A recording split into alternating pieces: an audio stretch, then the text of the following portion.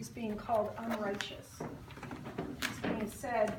It's being said of Jesus that he is a bad person because he eats and socializes with tax collectors and sinners. That's very harsh criticism, and what does Jesus do? He tells a story. He tells a story of a family, a father with 2 sons.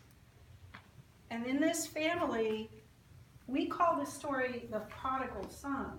But at the time that Jesus lived, it would have probably been called the Prodigal Father. Because the younger son asks the father for his inheritance. And at the time that Jesus lived, this was like saying, I don't care if you're dead. I want you dead. I want your stuff. I don't want you. I don't want my family. I want your stuff. And that was about as unrighteous as humans could behave. And yet, the father does that. He agrees to what his son says. He gives him the choice. He honors the son's request to live as he wants to live. In this case, that's a bad idea, or it turns out badly, because the younger son wastes everything. He ends up at the lowest possible place. He ends up feeding pigs. Now, in the Jewish culture, pigs are unclean. So this is about as low as you can go. He is absolutely rock bottom. And this is the part where the story really touched my heart, because in the translation I read first, while the young man is envying the pigs what they've got to eat, it says he came to himself and he got up. He made a realization. He made a decision.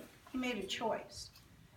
And this is so much like what I hear in Elmwood amongst my students when they're talking about how did they get there, what happened in their lives, and what did they do about it. They came to themselves. They came into the place where they said, I can be better than that. That's not who I am. This is not who I am. I can pick myself up. I can go on. I can be something better than that. And it really touched my heart to hear those words, to read those words that Jesus told in a story, because I hear that story all the time. I'm better than that. I can do better. Now these guys inside, they know this is not going to be easy. Our society is terrible, particularly about those people that Jesus has asked us to take care of. So in Matthew 25, who's he asked us to take care of? The hungry, the homeless, the thirsty, the unclothed, the prisoners. And who do we treat badly?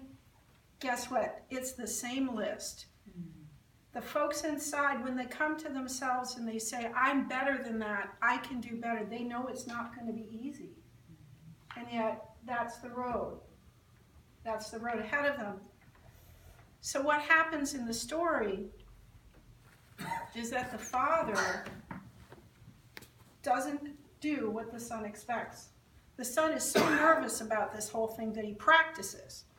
He says, I'm not worthy to be called your son. Treat me as a hired hand. He practices because he knows he's going to have to really beg. And yet, what happens is his father meets him not only halfway. The father's clearly been watching for him.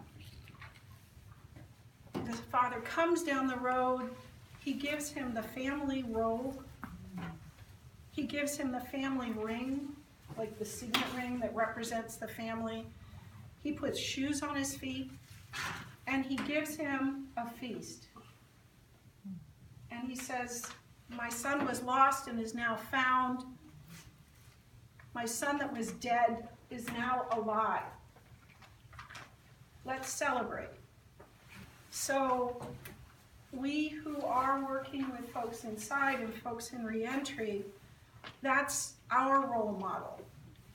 Meet people more than halfway. Do more than is expected. Don't behave as the rest of our society does and look down and make it hard.